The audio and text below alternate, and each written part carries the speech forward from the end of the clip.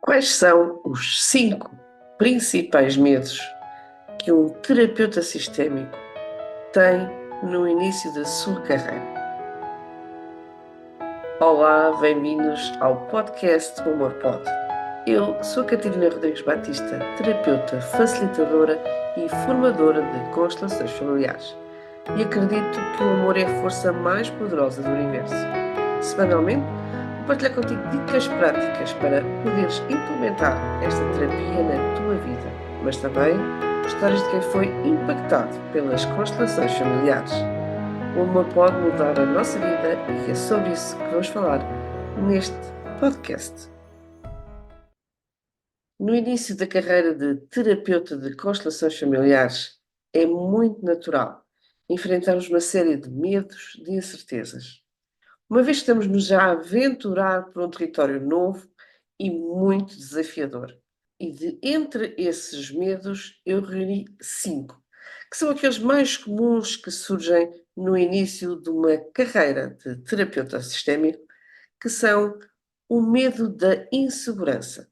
Ou seja, eu ter falta de confiança e dessa forma sentir-me insegura para conseguir facilitar uma constelação. Então, os meus alunos costumam dizer: "Eu ainda não me sinto preparado, eu ainda não estou, eu ainda não me sinto capacitado para facilitar uma constelação". E este medo que advém da falta de confiança no método acontece porque realmente nós precisamos de experimentar uma, outra e outra vez. Este medo desaparece com a prática das constelações familiares. Por isso é que no curso que eu ministro existe uma parte que é um estágio para que os meus alunos possam realmente fazer esta prática uma vez, duas vezes, várias vezes, para eles, quando forem para o mercado de trabalho, irem com confiança naquela terapia que vão aplicar e que vai ajudar muitas pessoas. E desta primeira insegurança, deste medo da insegurança, surge um segundo medo, que é o medo do fracasso. E então eles dizem: será que eu vou ser capaz de ajudar outras pessoas? E aqui este medo vai muito certeiro no medo que eu tinha no início, que era: se eu não consigo ajudar a minha família, como é que eu vou ajudar a família dos outros? Então eu tinha aqui medo de fracassar. Eu tinha medo de que a terapia que eu estava a aplicar não fosse eficaz o suficiente para ajudar as outras pessoas a superar os seus desafios familiares. E este medo de não atender às expectativas do cliente, de não conseguir resolver os problemas do cliente, pode ser esmagador, mas também é muito enganador. Porquê?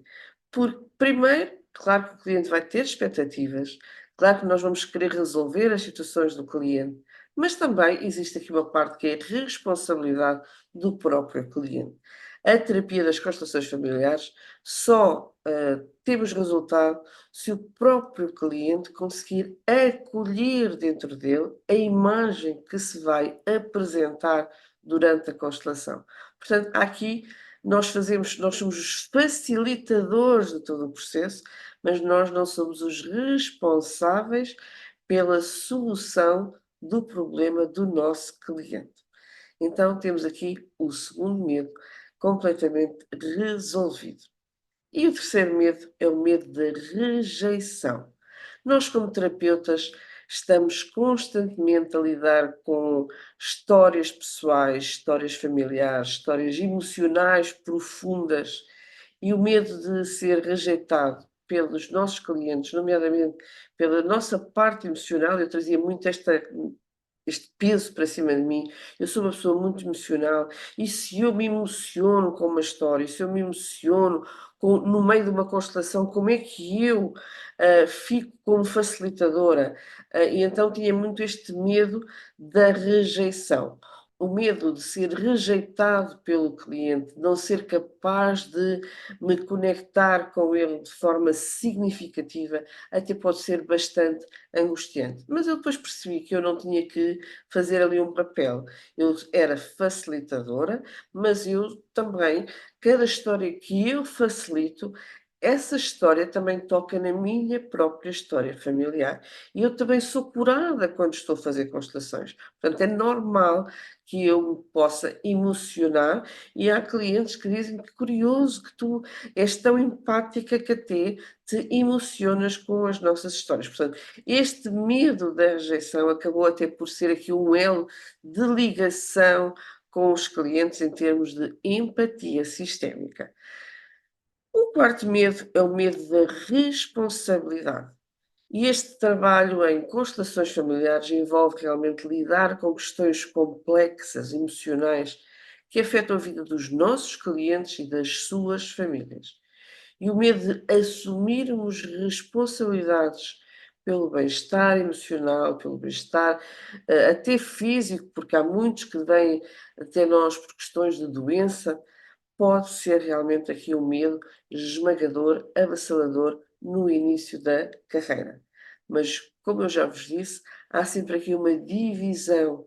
Eu faço o meu trabalho, então eu assumo as minhas responsabilidades, assumo as responsabilidades por conduzir a constelação de A até Z, até ao fim, do princípio ao fim, eu assumo as minhas responsabilidades de escolher representantes para aquela constelação, eu assumo a responsabilidade, inclusive, no fim, o cliente dizer assim: não era isto que eu queria, muito provavelmente porque ele também não, na entrevista que nós fazemos, não conseguiu explicar aquilo que ele queria, e às vezes isso acontece, a pessoa tem uma expectativa, mas ainda não conseguiu chegar à raiz daquilo que queria constelar, e então também para eu me precaver desta, o cliente colocar em cima de mim toda a responsabilidade, eu escrevo o tema e depois digo ao cliente: então é este o tema que nós vamos constelar, e por vezes eu já tenho dito ao cliente, mas não foi isso que me pediu no início desta constelação. E ser muito assertiva, muito direto com o nosso cliente. E por fim, o medo do julgamento. No fundo, aqui um bocadinho preocupados com o que os outros terapeutas possam dizer, com o que outros colegas possam dizer, com o que a nossa família possa dizer e até mesmo com o que os nossos clientes possam pensar sobre as nossas habilidades mais intuitivas ou mais pragmáticas, da nossa própria abordagem terapêutica, do estilo de constelação que nós fazemos. Nós podemos ser julgados aqui por várias coisas, mas o medo do julgamento externo pode afetar a nossa confiança e a nossa autoestima. Então nós temos que perceber e saber lidar com o julgamento. Quem julga são os outros. Nós temos que saber lidar com esse julgamento.